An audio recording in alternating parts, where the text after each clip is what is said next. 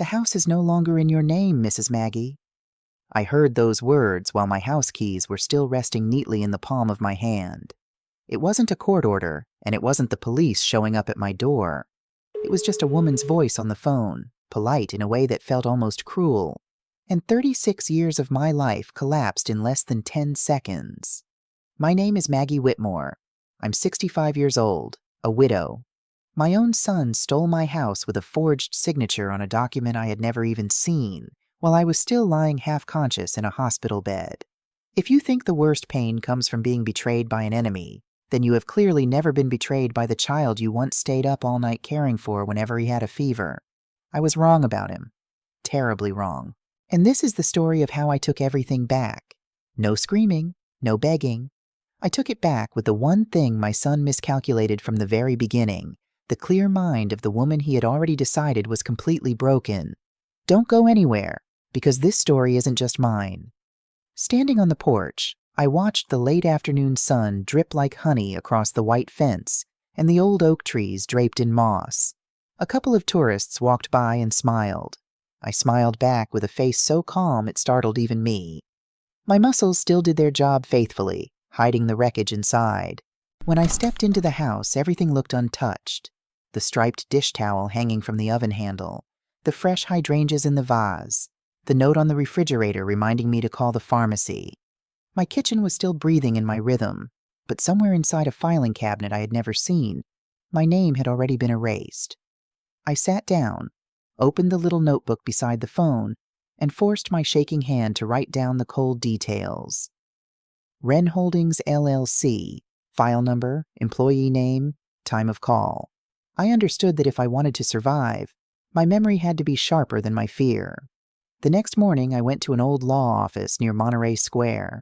I avoided the shiny high-rises with their polished reception desks and empty professional smiles. At my age, I needed a place where people still knew how to look each other in the eye when they talked. When a widow walks in carrying copies of land records, people ought to understand this is not just paperwork. Attorney Marcus Bell met with me. He didn't take the case, but I was still grateful for his kindness. Marcus didn't speak too fast or talk over me the way people often do with older women. He quietly looked things over, then turned the file around and pointed to a line. "Mrs. Whitmore, this is a quitclaim deed." I stared at the signature. Once, then again. It looked horrifyingly close to mine. The tall M, the slanted final stroke, exactly the way I write. It looked like my handwriting had been trained by me, then dressed in my clothes and sent out to cause damage. I never signed anything transferring my house. Whether you signed it or not, and whether a court accepts this signature as valid, are two different things. He explained that this kind of document can shift ownership very quickly if it carries a proper notary seal. Marcus pointed to the notarization section and frowned. He said it smelled like sloppy work, or worse, something deliberate. When he asked about documents I had signed recently, a chill ran down my spine. 2 years earlier, I had been hospitalized with severe pneumonia. Through the haze of antibiotics and the constant beeping of heart monitors, Kyle had come to see me. My son, 42 years old, brought a stack of just-in-case papers. He said it would make it easier to pay bills and handle repairs while I was sick. Everything began to come into focus. I remembered signing medical authorization forms, insurance papers, even an invoice for the air conditioning repair. But I was certain, absolutely certain, there had been no document selling my house in that stack. If someone used a sample of your signature from older documents or tricked you into signing while you weren't fully aware, then this is criminal. Do you think my son did this? Who benefits the most if your name disappears from the deed? That question was enough. This house was everything I had left from a 36-year marriage. Harold and I replaced the kitchen floor together, repainted the shutters, planted camellias in the corner of the yard with the last of his retirement money. To me, this house was the one place that never lied. It held footsteps, quiet moments, and gave me one silent privilege: the right to grow old without asking anyone's permission. Kyle understood that better than anyone. My son had always been polished in well-tailored suits, full of elegant language about vision and planning. He ran a real estate company, the kind that hunted down old houses and turned them into investments. His wife, Vanessa, was the kind of woman who looked perfect in a way that felt cold. She was never openly rude, but she always had a way of making me feel like an outdated piece of furniture in a room where they had already picked a new paint color. When I came home with the copies of the records, I walked through every room. Strange details from the past few months began to connect. My tax and insurance letters were no longer arriving directly to me. The plumber had mentioned he called Kyle's office to confirm an appointment. At the time, I thought my son was just being thoughtful, helping with little things. Now it all looked like traps that had been carefully set. None of it was accidental, none of it was impulsive. Someone had patiently changed contact information, quietly redirected paperwork, then used the language of care to push me to the edges. They did it carefully, silently, the way people slide little blocks of wood under something heavy so they can move it without making a sound. That night, I opened my laptop and searched for Wren Holdings, LLC. It had been established right before the deed transfer appeared. I looked up several nearby lots and found other companies, all registered to the same address. A professional land grab was already underway, and my house was sitting right in the center of it. Then I understood. He hadn't taken my house just for the money. He was turning his mother's home into a line item on a business plan. My house was the final piece. It was the one thing Kyle still needed to lock down this entire block for a major project. I sat in front of that screen until darkness swallowed the kitchen. I remembered Kyle at 10 years old, standing in the grass in New York, clutching his bug box. Even then, he had the same cold focus he has now. He could sit motionless for hours in the bushes just to catch one rare insect, no matter what was happening around him. As he grew older, that patience was wrapped in a white dress shirt and polite handshakes. I should have called him right then. I should have screamed, driven to his house, pounded on his door, and made him look me in the eye. But I didn't. Something deeper in me understood. If Kyle had gone this far, then he had already prepared for my anger. On the first night after I was erased from my own home, I stayed at the kitchen table. I opened every copied document, wrote down every date, every event, and taught myself not to let the shock drown me. It rained late that night. Under the weak yellow light over the sink, I wrote like a schoolgirl terrified of forgetting her lesson. Date I was admitted to the hospital. Date Kyle brought the papers. Date he said, "Let me handle the little things for you, Mom." Date the letters started disappearing. Each line kept the ground steady under my feet. In battles like this, the betrayed person panics easily and starts doubting her own memory. That was exactly what Kyle needed. All he had to do was wear a look of pity, sigh, and tell people his mother was old, confused, had signed the papers and forgotten, and was now being manipulated by outsiders. I could see the scene clearly. Kyle in his navy suit, voice low and patient. "I only want my mother to be safe. She's been forgetful lately. We've been thinking about moving her somewhere with better care." Between a composed, respectable man and an older woman crying and trembling, who do people usually believe? I was not going to give him that.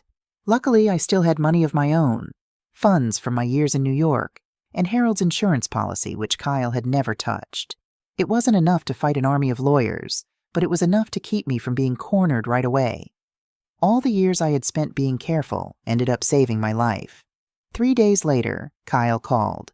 His voice was so gentle that if I hadn't known the truth, I might have been moved by it. "Mom, are you okay?" "For now." "You sound tired." "I am tired." Kyle went quiet. I could almost hear him calculating. Then he said, with the easy smoothness of someone who had rehearsed this, "Vanessa and I are worried it's not safe for you to be living alone. The stairs are steep, the yard is big, and if something happened at night, who would know? There's a luxury apartment community that's very nice. Why don't you move there for a few months and rest, and I'll take care of everything with this house." Exactly as I expected. He didn't say, "You have to leave." He said, "For your safety." He didn't call it your house either. He called it this house. Like it was an object already waiting to be cleared out.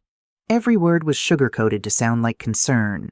But underneath it all, he wanted me removed so he could wipe away the evidence in peace. I stayed quiet for a moment, then asked, "When?" Kyle paused, probably surprised that I wasn't fighting him. "If you're willing, I can take you this weekend to see the new place." "All right." There was total silence on the other end. I could picture the confusion in his face. He had prepared for tears. anger, accusations. Instead, I agreed too fast. "Good," he said. "I only want what's best for you, Mom." "I know." After I hung up, I sat there for a long time, not because I was heartbroken, but because I had just realized something important. Kyle was so confident that if I simply followed along, he would walk several steps deeper into his own trap without even noticing. That weekend, I went to tour the luxury senior apartment complex. It was beautiful. Bright hallways, polite staff. The model apartment had every comfort, security cameras at the entrances, and a strict visitor log. Kyle thought I was seeing all that through the eyes of an aging woman who was getting weaker by the day. I wasn't. I was seeing it as a fortress. In my old house, I was completely alone. Kyle could slip in, change the locks, steal my mail, or go through my papers whenever he wanted. But if I moved into this apartment complex, he would think I had given up and surrendered.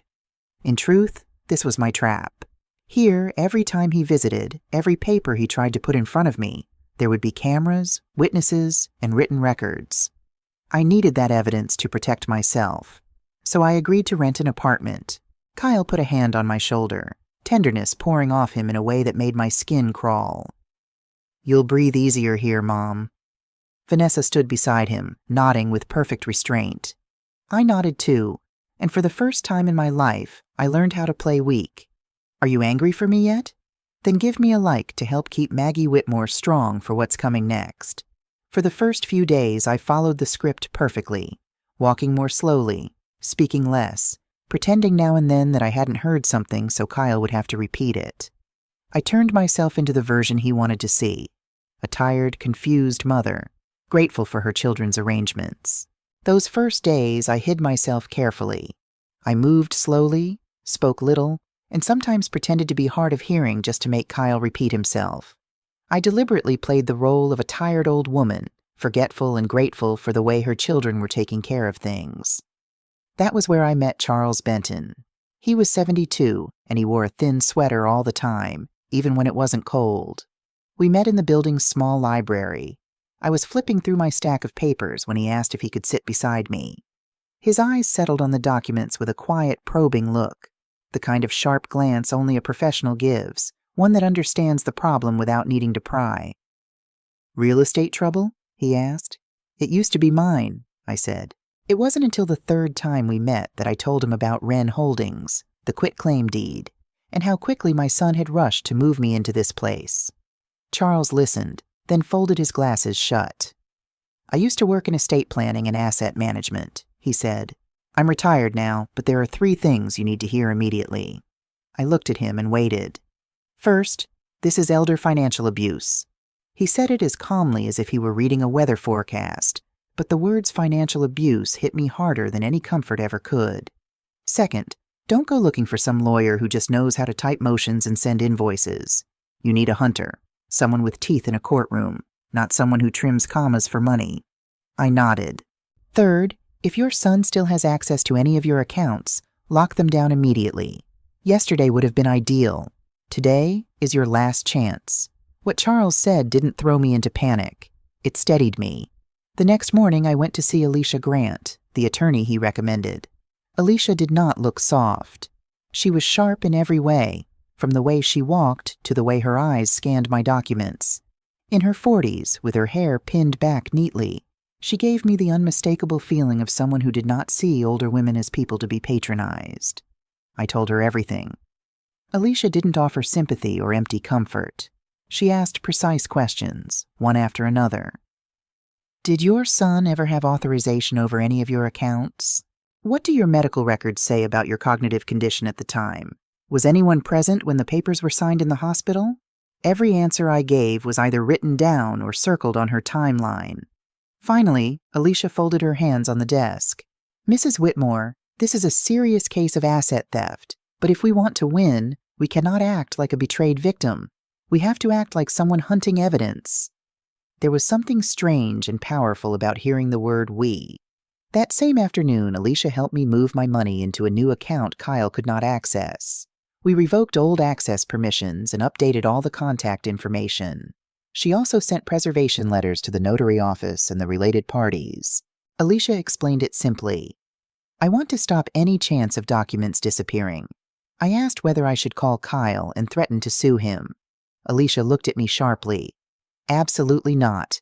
Do not alert the animal before the trap is fully set. Then she said something that made me realize I had stepped into a different position entirely. Can you help me with something? What is it? Let your son keep believing you're exhausted. Don't overdo the confused old lady act. Just don't let him see how clear-headed you really are. You want me to play a helpless old mother? I want you to hand an overconfident man enough rope to tie himself up. And that is exactly what I did. I remember there was a stretch of time, about a few weeks after I started working with Alicia, when I kept waking up at 3 a.m. and then just lying there, staring at the ceiling. Back then, it felt like there were two different people inside me. One was frantic, scared of everything. The other stayed quiet, methodically placing each piece of evidence exactly where it belonged. I do not know when I learned that kind of stubborn endurance. Maybe from all those years of staying up through the night caring for my sick husband, or from having to carry too much on my own for too long. But for the first time in my life, I felt grateful that I had not fallen apart. Whenever Kyle called, I answered slowly. He asked if the new place was working out, and I said, "It's okay. The air conditioning is a little cold." He said he would bring over some decorations to make it feel cozier, and I thanked him. He asked whether I had finished reading through the stack of address change paperwork, and I said, "It's a lot. I'll get through it little by little." Those answers made him lower his guard, bit by bit. Every evening by the window, I quietly sorted through the papers again, sent more evidence to Alicia, and dug through old tax records. The more I did it, the more I realized I was no longer the victim. My confidence came back little by little, like someone slowly getting back on their feet after a long illness. One afternoon, Kyle stopped by with a back cushion and a box of expensive pastries. He stood in the middle of the apartment, looking around with the satisfaction of someone who had just finished putting an item exactly where it belonged.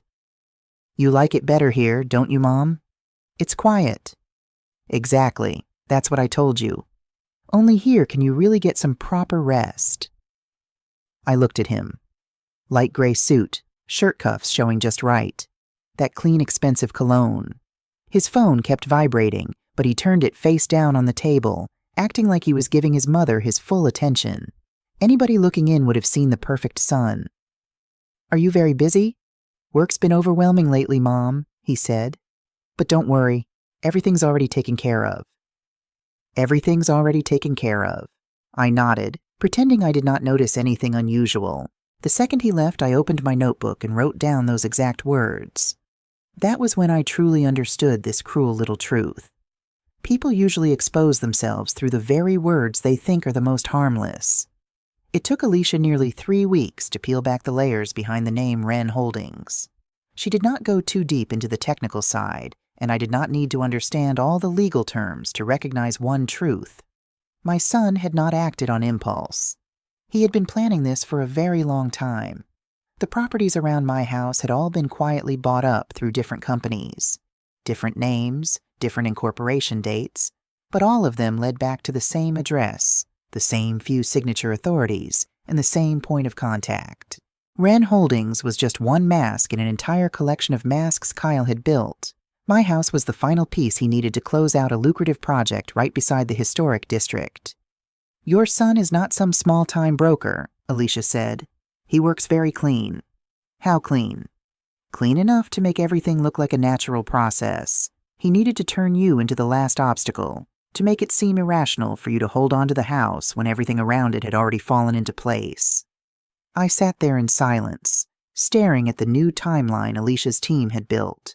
The date the company was formed, the date the deed was filed, the date the insurance contact information was changed, then the date he started persuading me to move out. It all fit together so tightly that even someone who knew nothing about the law could smell the setup. But what was even worse than the land deal was that Kyle had quietly attached my name to a few shady financial transactions I knew nothing about. Alicia explained it briefly. "He needed to close this deal fast, to push you out to the margins before anyone had time to take a closer look. Kyle did not just want the land. He wanted everything around him to look perfect, airtight. And I, a mother who was still sharp, still remembered everything clearly. was the only crack left in his plan. That night, lying in my apartment in the new complex, I thought back to Kyle's early days in real estate. Whenever he introduced me to business contacts, he would simply call me my mother. He stripped away everything I had ever been: the years I worked at the gallery, the fact that I had managed our family finances with my own hands, the years I took care of Harold alone when he got sick. In his eyes, I was just a family accessory, the respectable widow who made a successful man's life story look better on paper. Before, I thought that was just thoughtlessness. Now I understood. Inside the polished image Kyle had worked so hard to build, a mother who was too independent was deeply inconvenient. He needed me smaller, quieter, easier to place in the corner of the picture he had painted of his successful life. He wanted me to become an old woman who had been properly taken care of. He did not just steal my house. He wanted to erase who I really was in exchange for one successful business deal. 3 days later, Alicia handed me a printed chain of emails she had just obtained. I only read a short section before I had to set the papers down because my hands were shaking so badly. "We just need to get her out before this deal closes." He did not call me Mom. He did not call me by name, just her. I did not cry, and I did not scream. I just stared at the word her until it blurred. The worst pain was not the shock. It was the naked truth. To my son, I was just a deadline, a problem that needed to be cleared away. "Who gave you this?" Alicia laced her fingers together and looked me straight in the eye. "It's time you knew. Vanessa, my daughter-in-law, she is not planning to divorce him with tears. What she brought to save herself was the pile of evidence she had been collecting." I met Vanessa at a small tea shop. From the outside, we looked like two polite women discussing an art exhibit or Savannah weather in a changing season. Vanessa still looked perfect in her cream-colored dress and pearl earrings, but when she set down her teacup, I saw her wrist tremble slightly. This was not a woman who felt no fear. She was just used to hiding it. "How long have you known?" "Not from the beginning." "Then when?" "From the moment I saw the land acquisition emails, the timeline, and the fact that you had to be pushed in here before—" She choked on the rest and let it hang there unfinished. I did not bother helping her out. I just let that suffocating silence tighten around her. Vanessa took a small breath. "At first, I thought Kyle just wanted to reorganize your assets to keep you safe. I know that sounds stupid." "No," I said. "You're saying that so you do not have to feel guilty, right?" Vanessa blinked, then gave a small nod, as if admitting I was right. After a few more meetings, Kyle's mask inside the marriage started to slip. He was not the kind of man who used his fists. He controlled people through money, schedules, and by making the person next to him feel like they were always being too sensitive. Whenever Vanessa questioned him, he would sigh patiently, ask if she was too stressed, then gently remind her that her family's reputation would suffer if some misunderstanding got out.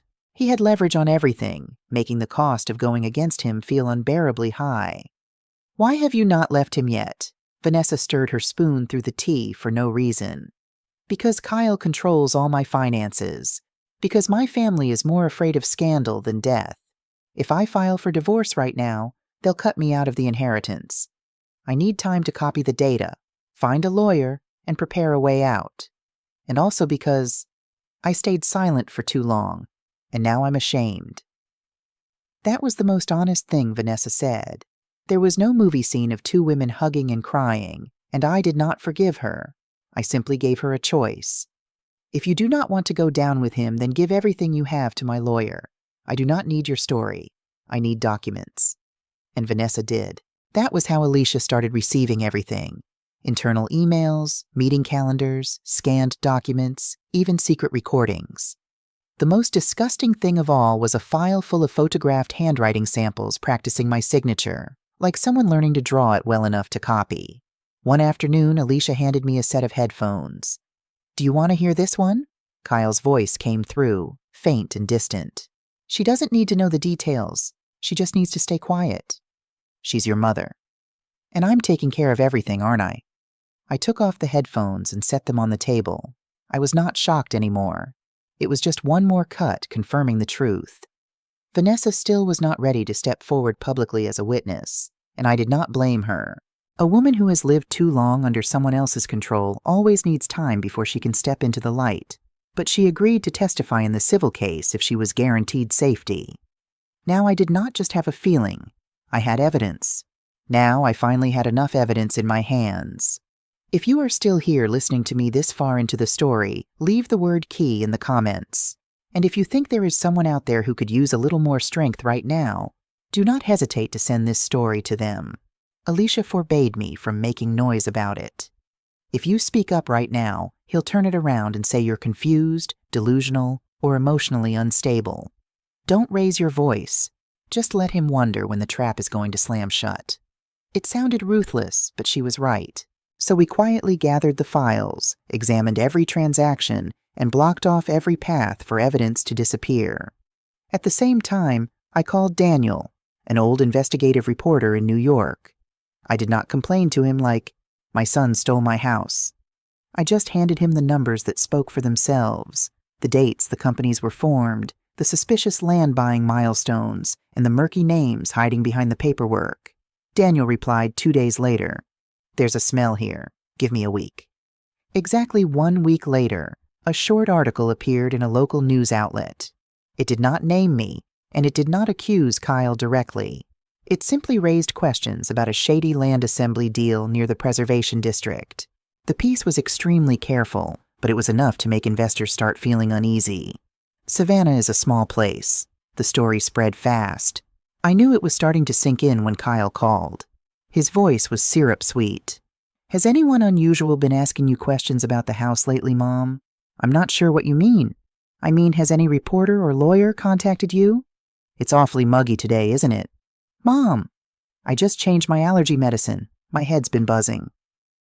Silence on the other end. Kyle was trying to figure out whether I was really slipping or just avoiding him. Then he added, "I'm only worried someone might take advantage of you." "I'm safe here," I said, and hung up. But Kyle did not stay still. An old acquaintance called me and hinted that people on Kyle's side were spreading the idea that I was easily agitated and no longer fully clear-headed.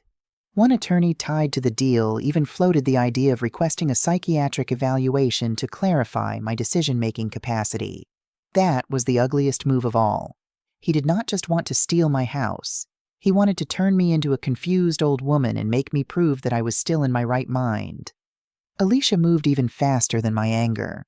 Within a week, she had gathered everything: my latest medical records, doctor confirmations, years of proof that I had managed my own taxes and expenses. She did not leave the other side a single opening to attack. "You are not going to walk into court and beg people to believe you're still sane," Alicia said firmly. I looked at her and laughed bitterly. "You know, when women get older, the world loves to stick us with 2 labels, either a sweet old lady or a confused one. If we refuse to be either, people get very uncomfortable. Then let them stay uncomfortable." Right in the middle of all that, more news hit. Kyle was about to be honored at a fundraising gala for preservation of the historic district. He was being presented as a leading face of responsible urban development. Seeing my own son's name framed by words like heritage and community vision on that invitation made me feel sick with disbelief. I knew exactly what he was doing. If the lawsuit was the war under the table, then this gala was the stage where he meant to polish his reputation. Once he had been praised under chandeliers, with champagne glasses clinking and wealthy hands shaking his, he would have a shield of public respectability that would be very hard to pierce. I called Alicia. "I'm going to that gala. I was about to tell you that you should. I'm not going there to make a scene. I know. But I am not going to let him calmly bleach his name clean like this." For the first time in weeks, Alicia sounded almost pleased. "Then we need to prepare properly. Before the gala, I spent an entire afternoon choosing what to wear. It sounds vain, but it was not. I did not want to show up looking like a victim crawling out of rubble, and I did not want to dress too aggressively either, like I was there for a fight. In the end, I chose a dark blue silk dress, a matching wrap, and the pearl earrings Harold gave me for our 25th anniversary. Looking at myself in the mirror, I did not see someone younger. I saw a woman who was still fully clear-headed, the exact opposite of what people had been whispering. Alicia had already cleared the path before I ever stepped into the event.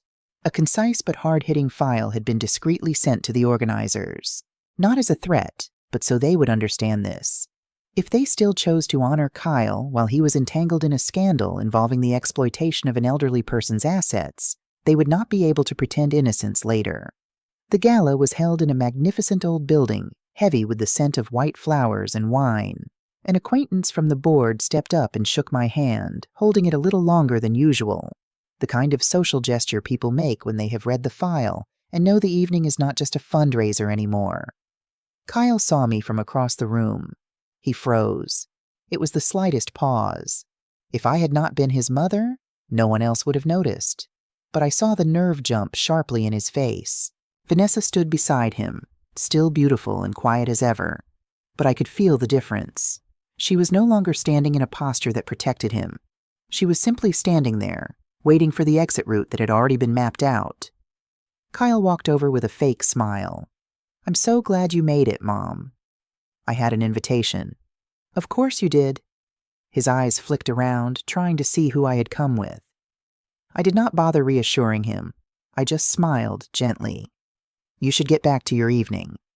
The program unfolded exactly as scripted, with glossy praise and flashy introduction videos. I sat upright, both hands resting on my lap. My heart was not pounding the way it does in movies. It was beating slow and solid like a knock against a hardwood floor. When it came time to honor Kyle, I noticed a stir at the organizers' table. The MC received a note, skimmed it, and the smile on his face suddenly turned stiff. He stepped onto the stage and apologized for a temporary change in the program because of a new legal issue that has arisen in connection with the honoree category. The whole room fell silent. In a crowd like that, nobody hears a sentence like that without smelling trouble.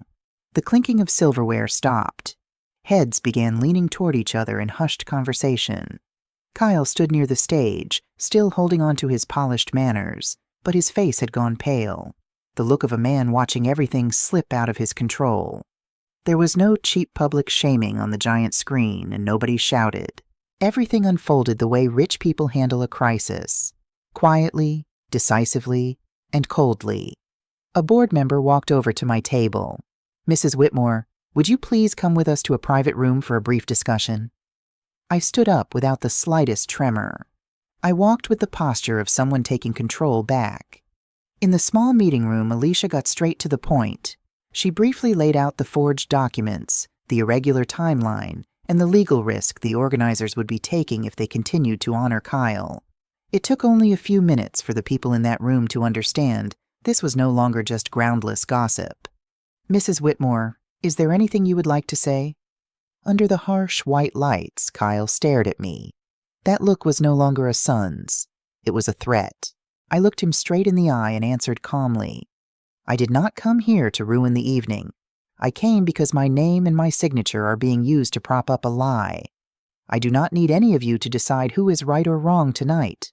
I only need you not to endorse a man who is profiting off his own mother." The room went completely still. A major investor, the kind of man who is extremely sensitive to risk, flipped back through the stack of documents, set it down, and turned to Kyle. "Until this is cleared up, we are suspending all commitments connected to this project." There was no sharp gavel the way there is in movies, and nobody shouted, "It's over." But I saw the exact moment Kyle's confidence shattered. The man did not speak loudly, but it was enough for Kyle to understand that his standing was gone. Kyle began scrambling to explain. Misunderstanding, his mother had not been fully clear-headed lately. Outsiders were stirring things up. But now his words were just bouncing off a stone wall. Nobody had any interest left in saving his reputation. When we stepped back out into the main hall, Kyle's tribute had vanished from the program. Just like that. There was no dramatic public exposure and no applause. For the kind of man who lives off an illusion of status, there is something more painful than humiliation, having trust cut off at the very moment he thinks he is about to reach the top.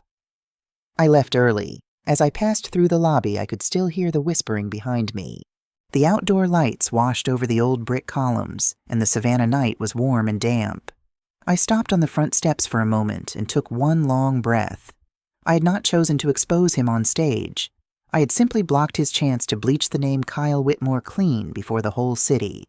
and sometimes that alone is enough to bring down an entire castle built out of appearances. After that night, Kyle did not lose everything all at once. He lost it piece by piece. That is the most expensive price in real life. First, an investment meeting was postponed indefinitely. Then, the partner law firm demanded a full review of all the files. Businessmen began quietly stepping away. The most frightening kind of withdrawal because it gives you no chance to beg. The preservation fund publicly kept its distance. Local media started using words even more poisonous than an outright accusation. Ownership dispute, suspicion of profiting from an elderly person, legal risk. In real estate, words like that are like black ink spilled on a white shirt. No matter how hard you wash it, it never comes clean. Vanessa filed for divorce just a few weeks later. She did not go to the press and pour her heart out, and she did not go online and play the victim.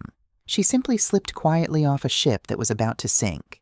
At one point, Alicia said to me in a flat voice, "She is no hero, just smart enough to know that staying would mean burying herself alive." That did not surprise me. Anybody who stays beside a man like Kyle long enough learns to keep an escape route. Right after that, Alicia made the decisive move. She filed suit. She moved to void every property document, restore ownership to me, and seek damages for forgery and financial exploitation. Every filing that went out tore open the haze of vague family conflict and dragged everything into the light of the law. There was no point anymore in arguing about whether I had been betrayed. The only questions left now were who did what, when, using which documents, and what price they would pay for it under the law. Kyle's attitude changed by the minute. At first, he sent syrupy messages. "Mom, we need to talk privately. Don't let outsiders drive a wedge into family business." I did not respond. Everything went through the lawyers. When that failed, he turned furious. He went around telling mutual acquaintances that I was destroying his livelihood, that what did I know as a woman about major business deals, and why was I meddling in them? Then came the self-congratulation. I took care of Mom. I arranged a good place for her. I only wanted to protect her. And finally, he turned himself into the victim. He told me, "People are using you to hurt your own son." I refused to meet with him alone. Everything went through the lawyers. For the first time since becoming a mother, I took away his privilege. The privilege of using blood ties to step over boundaries. From that point on, he had to come through the same entrance as every stranger in the world. On the day of the hearing for the temporary order freezing any transaction involving the house, I ran into Kyle in the hallway. The courthouse hallway was cold, with drab walls, nothing but the sound of shoes striking the floor and papers rustling. Kyle stood there, no longer the polished man who always knew how to perform for a camera. He looked worn down, with stubble on his face, and his expensive suit suddenly seemed too heavy on his shoulders. He looked at me. I looked at him. A small corner of me tightened with pain. It was real pain, because the man standing there had once been the little boy with a high fever who used to crawl into my bed in the middle of the night, the son who cried in embarrassment after losing his first ball game, the person I had stayed awake night after night to care for, but I did not allow myself to go soft. That pain had no right to erase the truth of the present. At the hearing, the court ordered a freeze on all transactions connected to the house until the matter was resolved. I did not even feel like celebrating. I just felt one heavy burden lift, my chest suddenly light after so many days of holding my breath. The deal Kyle had been certain he already held in his hands collapsed right there on his own mother's land. To me, that was what consequences looked like. The months that followed were an exhausting test of endurance. People on the outside often think justice is one loud explosion, and then it is over. But in real life, the hardest part is the middle. Sitting with Alicia for hours on end, reviewing endless email chains, matching up dates, or prying apart the loopholes in the other side's slippery arguments. But those small pieces were exactly what built a wall that could not be knocked down. The notary's verification process had been so loose it was ridiculous. One document after another showed obvious signs of something being off. And most important of all, Kyle's whole "my elderly mother signed it and forgot" story completely collapsed next to my clean medical records and the clear financial journals I had kept. Everything had been arranged too perfectly to be called accidental.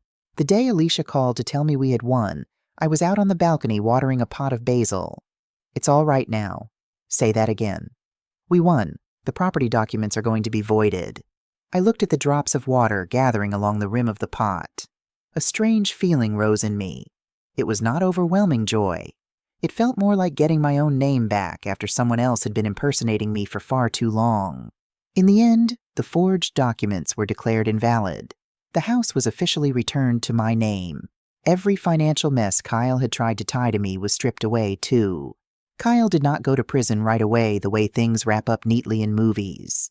But for the kind of man who lives off his image and his connections, there are losses that cost more than a sentence ever could. He lost the biggest deal of his life, lost every investor, lost his reputation in the business. His wife left, and most important of all, he lost the ability to paint that perfect shell around himself. Once the mask breaks, a man like Kyle has to learn how to start over under the cold distance of the world. I moved back into the old house after the storm had settled for a while. There was no scene of me opening the door and crying under the evening sun like some insurance commercial. I went back for one simple reason. I needed to feel my ownership again. I needed to turn the lock with my own hand, to hear the familiar floorboards creak under my feet without feeling like an intruder in somebody else's life. I stayed there only a short while, long enough to throw the windows open and let the house breathe again. Long enough to sip tea in the kitchen early in the morning without feeling like a guest. Long enough to go upstairs to the old bedroom and touch Harold's sweater, the one I still had not been able to give away. And long enough to realize one bitter truth. I got the house back, but I did not get the old peace back with it. There are places that, once they have held betrayal at their center, may still be beautiful and familiar, but are no longer where you can grow old. Not because I was weak, but because those walls had witnessed too many lies. I did not want to lock myself inside that space just to prove that I had won. So once ownership was completely back in my hands, I made the decision to sell the house. This time, it was my choice alone. I chose the agent myself, approved the price myself, and chose the buyer myself. On the day I signed the papers at the law office, under bright lights with a complete file laid out in front of me, Alicia sat right beside me. Not one person dared use the phrase "arranging it for you" this time. That day I wore a white blouse with a pale blue silk scarf. Holding the pen in my hand, I noticed how steady and solid it felt. My signature moved across the page with an entirely different feeling now. No longer something easy to steal, but a declaration of ownership. I used part of the money from the sale to buy a smaller, quieter house facing open water. It did not need to be grand. It did not need to be historic, and it was not meant to impress anyone. It only needed enough windows for the morning light to pour in gently, enough backyard space for a few flower pots and an armchair. Most important of all, it sat completely outside that old social circle, the one where people looked at me with pity while pretending nothing had happened. With the rest of the money, I set up a small fund to help older women being financially manipulated by their families. I did not need a flashy organization or some grand statement. I just wanted them to have a few hours of free legal advice, a small emergency grant, or simply someone who could look them in the eye and say, "You are not crazy, you are not losing your mind. This has a name, and there is a way to fight it." Charles was the first one to contribute. He sent a check with a short card. For the women who need to take back the seat that was always theirs. Vanessa sent a card too. No long explanation, no dramatic confession. Just one brief line. "Thank you for not letting silence swallow everything." I quietly put both cards away in a drawer. There was no touching reconciliation scene, no family reunion in tears. Nobody suddenly woke up and became kind.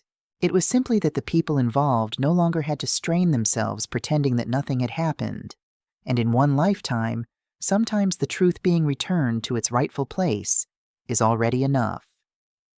A few months later, in my small house facing the river, I began writing down my story. Not to get revenge, and not to polish myself into some inspiring example. I wrote only to put my own voice back in order. After a long stretch of being manipulated, shaped, and boxed in by somebody else, getting to tell it myself felt like straightening up a room that had been torn apart. Sometimes I was invited to speak at libraries or legal support groups for the elderly. I did not show up as some grand winner. I only spoke to them as someone who had learned the hard way that staying silent too long is also a way of abandoning yourself. At one talk like that, a tiny, timid older woman raised her voice and asked, "Do you still love your son?" The whole room went still. Everyone seemed to stop breathing, waiting for my answer. I sat quietly for a moment, then admitted, "Love and trust don't always walk the same road, ma'am." That night when I got home, I sat out on the porch for a long time. The water in front of the house was dark and perfectly still. Far off, I could hear the side of a boat knocking softly against wooden posts, and the wind carried the faint taste of salt. At my age, I do not dream about grand, extravagant things anymore. I just need whatever is still around me to be real. Then one day, a letter from Kyle arrived. 10 handwritten pages. Not a cold email from a lawyer, and not a text in the middle of the night either. It was a real handwritten letter, the slant of the writing uneven, some lines dark, some faint. I received the envelope in the morning and stared at the sender's name for a long time, but I did not open it right away. I left it sitting on the kitchen table all day, as if by not breaking the seal, I could hold on to my peace for a few more hours. That evening I quietly made a pot of tea, sat by the window, and only then found the courage to tear open the edge of the envelope. Kyle was not asking for money. He was not begging for help or blaming anyone anymore. For the first time in so many years, he was finally telling the truth.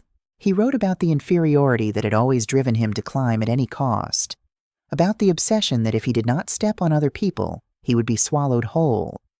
He admitted that in that ruthless business world, he had convinced himself that family only had value when it came with usefulness and status. He wrote that he had lied to himself, that pushing me out of the house was just a practical arrangement. And the deeper he sank, the more he had to cling to that excuse so he would not have to face what he was really doing. He said that the moment he saw me walk into the gala that night, he was suddenly forced to realize that the person he had been trying to push aside was not some business obstacle. It was his mother. By the time I read that, tears were already spilling down my face. Not because I had forgiven him, and not because I found his words moving. I cried because I understood something so clearly. When the truth comes too late, it is no longer a remedy. It becomes just another blade cutting into an old wound. Part of me kept wishing he had understood all of this sooner, before I had to hold myself together through stacks of paperwork, lawyers, and sleepless nights. Before I had to train my face into calm every time I heard people whisper that I was losing my mind, and before the house full of memories Harold and I had built together was turned into a bargaining chip in a filthy deal. But the trouble is, life rarely lets people wake up at the right moment. Some things have to fall completely apart before regret finally shows up. I read all 10 pages, folded them back up slowly, slipped them into the envelope, and sat there in silence, watching the darkness spread across the water outside my window. That letter got no reply, not because I wanted to punish him or get back at him, and not because I felt nothing reading what he wrote. It was simply because I understood too well that some doors only need to open a crack for all the old wreckage to come rushing back in. At my age, after everything that happened, I no longer see protecting my peace as selfish. I put the letter away in the drawer of my desk. That is where I keep the things I cannot quite throw away, but should not leave out in the light every day either. The next morning, I woke up early, made coffee, and opened the curtains. Sunlight poured across the water in shimmering silver streaks. Birds were singing outside the porch, and the ice maker in the kitchen rattled softly. It was such an ordinary morning. The kind of ordinary I used to take for granted, the kind I barely ever stopped to appreciate. Standing there with that warm coffee cup in my hands, I suddenly realized I had truly returned to the one place that mattered most. Beyond the house, beyond the role of wife, mother, or the polished image people had always embroidered around me. I had come back to my own place in my own life. Kyle never understood that some women may look tired, quiet, easy to arrange and manage, but deep inside them there is still a proud root no one has the right to sign away, sell off, or erase. I did not fight to destroy my son. I fought so that no one, not even him, would ever be able to cross my name out of my own life again. And I think maybe a lot of you are holding some kind of key in your hand too, without yet daring to say that it truly belongs to you. People ask me whether I regret any of it. what happened, the choices I made. Honestly, I do not regret fighting. The only thing I regret is how long it took me to believe I had the right to. That stretch of time when I sat there doubting my own memory, asking myself whether I was making too much of it. That is what I would want back most, not the bricks or the foundation of any house. If my story touched you in any way, leave a comment below. Where are you watching from? Or have you ever lived through something like this yourself? I truly want to hear from you. Do not forget to like, follow the channel, and turn on notifications so you do not miss the next stories.